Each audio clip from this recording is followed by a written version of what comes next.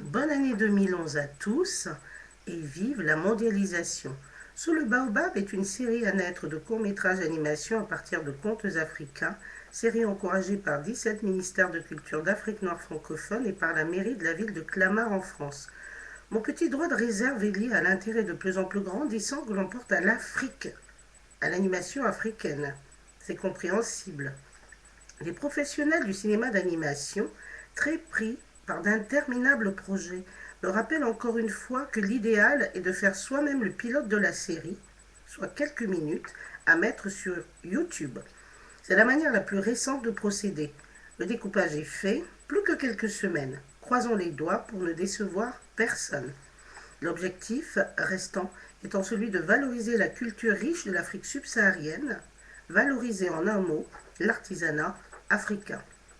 À ce sujet, j'ai une pensée pour le feu général français Bertrand Gérard, décédé il y a 3 ans, et qui me rappelait à chacune de ses visites sa déception lors de la visite d'un musée mozambicain, les objets étant recouverts de poussière, comme abandonnés. Non, l'Afrique n'a pas abandonné sa culture artisanale, la preuve. Une petite remarque, une rue de Paris 15e s'appelle rue du général Bertrand. De quel général Bertrand s'agit-il? Il y a beaucoup de généraux en France, et beaucoup de Bertrand aussi. Il serait raisonnable de mentionner sur cette plaque un prénom et des dates pour faire la différence. Le mien se prénommait Gérard.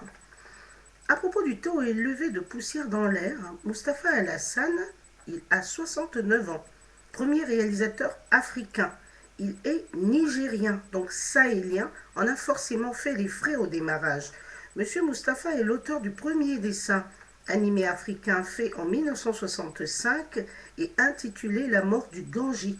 La notoriété de Monsieur Mustapha est sans équivoque. Rappelons cependant que les premiers Africains à avoir été en contact avec le cinéma d'animation sont les Congolais. Le premier film d'animation en volume animé, donc les marionnettes adaptées au cinéma, s'intitule Les Palabres de Mboloko, fait à Léopoldville en 1955 sous la direction de 2 prêtres belges. La valeur historique de cette œuvre est indéniable. Walt Disney, numéro 1 incontestable du dessin animé, ayant échoué dans sa recherche du style de l'Afrique, je me suis moi-même essayé dans ce style qui, pour moi, m'a paru immédiatement évident. Il fallait chercher ailleurs que dans le dessin. J'ai baptisé ce style Super Chroma et je l'énonce comme suit. Le style de dessin et film d'animation Super Nkrumah est dédié à Kwame Nkrumah, père du panafricanisme, et à tous les super chromistes, c'est-à-dire à toutes les personnes adhérant à cette thèse. Premièrement, l'action se déroule essentiellement en Afrique subsaharienne ou dans un univers afrocentré, avec pour principaux protagonistes des animaux d'Afrique, des personnages africains ou afrocentrés.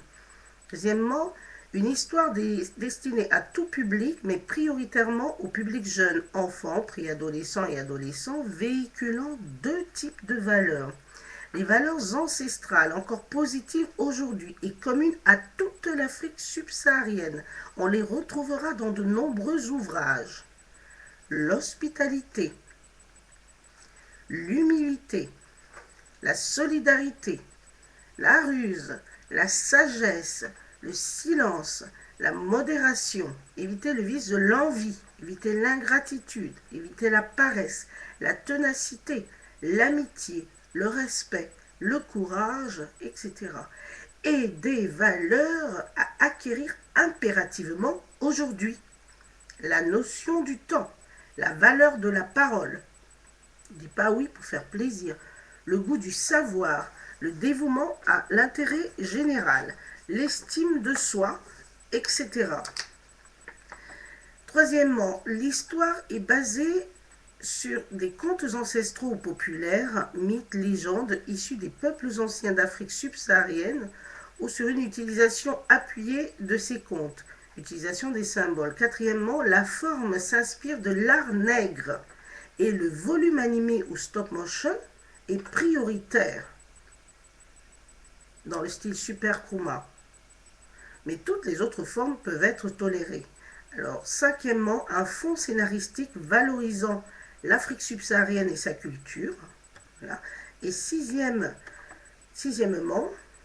alors les formats utilisés seront évidemment les formats standards, dont ceux que tous les cinéastes connaissent, et des formats spéciaux qui seront prioritaires, c'est-à-dire des séries de 2 à 13 épisodes de 3 minutes chacun. Je répète, des séries de 2 à 13 épisodes de 3 minutes chacun. J'insiste sur ce timing. 3 minutes.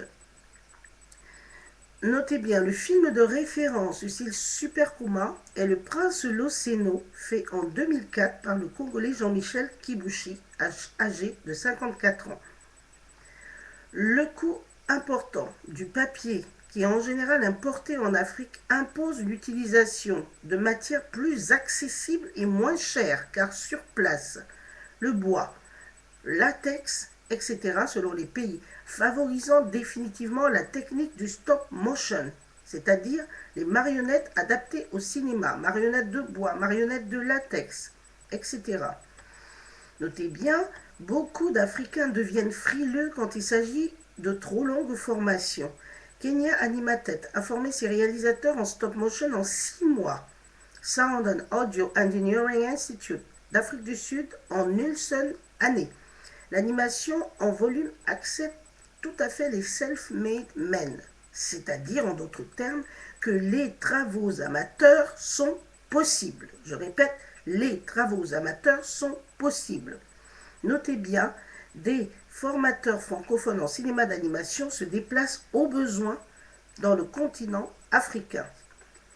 Le style Super Kuma est transportable partout dans le monde.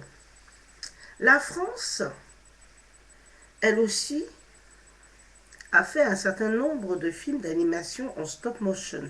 Je pense à Oui Oui, au Manège Enchanté, à Chapi Chapou, à Aglaé et Sidonie et à Pingui. Encore une fois, bonne année à tous. Au revoir.